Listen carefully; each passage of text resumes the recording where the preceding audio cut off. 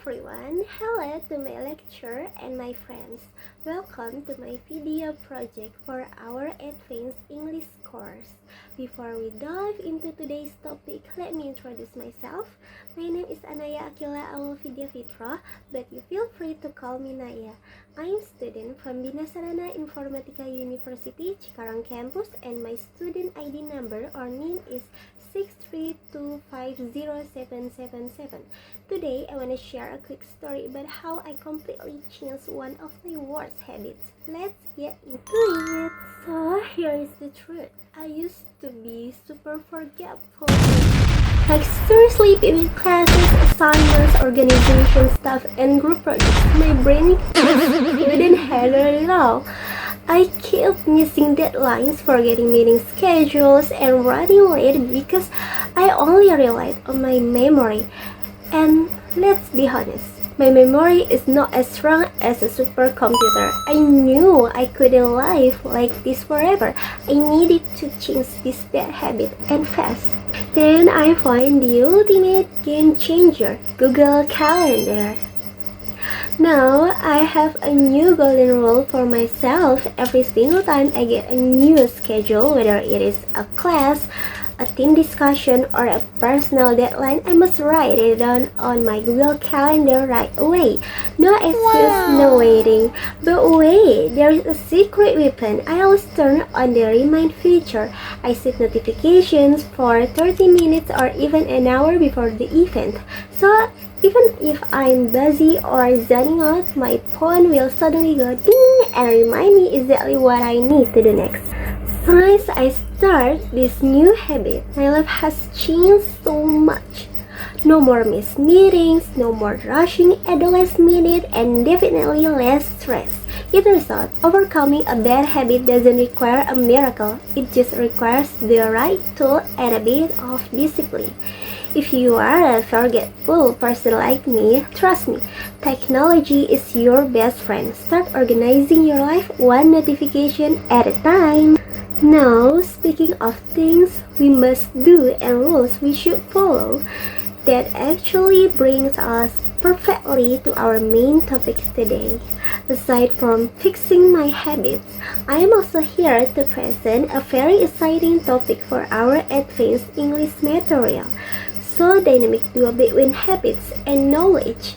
Let's jump straight into the slides and talk all about model verbs. Let's check it out. Hello, back with me, Naya. So now we are going to talk about something that we use almost every single day in English, but sometimes it still trips us out. Yet, we are diving into model verbs for the next few minutes. Let's make grammar actually fun, so let's get right into it.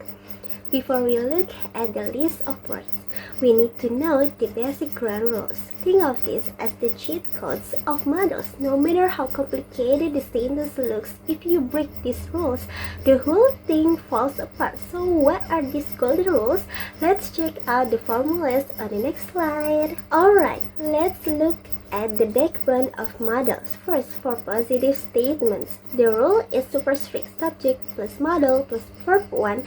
As you can see on the slide, the main verb strictly retains its bare infinitive form, meaning no adding s, no adding ed, and conjunction is completely prohibited. No word change. For example, the students must complete the presentation tonight.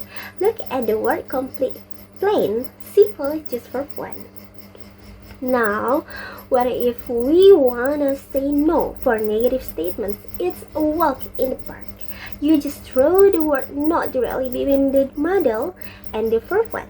Take a look at the example. We should not skip the final discussion session. See, should, then not, then skip. Super straightforward, right? Moving on to questions. How do we ask things using models?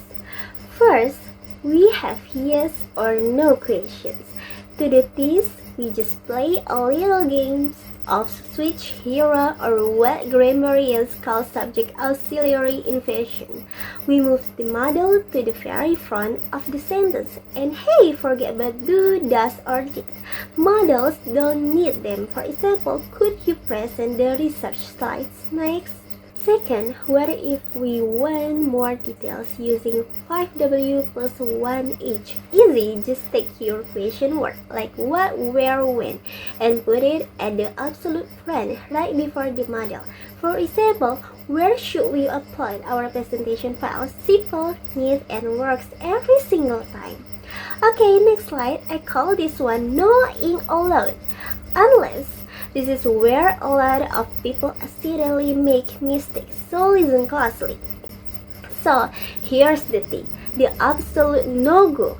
Models can never ever be linked directly to an ink action verb. You can't just say he will study. That sounds super painful to hear, right? But what if you actually wanna say that someone is doing something right now or in the future? Here is the secret cheat code. Throw in the word be as your bride. So the golden formula becomes subject plus model plus be plus verb ing. Let's compare the examples on the slide. He will study is a big no, but once you add the bridge, he will be studying in the library. Boom! Perfect grammar, and you sound like a pro, right? Now that we have mastered the rules and formulas, let's meet the stars of the show, the core 9 models. Let's break them down by how we actually use them in real conversations. First group, we use them for ability, permission, and possibility. We have can and could. Can is for real-time ability or informal permission like I can swim. Meanwhile, could is for past capability or to make a request sound way more polite. Like this example, I could read French fluently as a child. Keyword as a child meaning in the past. Next, may and might. May is for formal authorization, very classy. Might is when you are not sure about something. It shows a highly tentative or remote degree of possibility. For example, the project might experience slight delays. It means maybe yes, maybe no, we are just guessing. And then we have must. This one is heavy. It's for strong internal necessity, strict policy, or logical certainty. Example, that light is off. She must be sleeping right now. You are like a detective making a logical guess here. Next group is all about the future, giving advice and obligation. Will and would.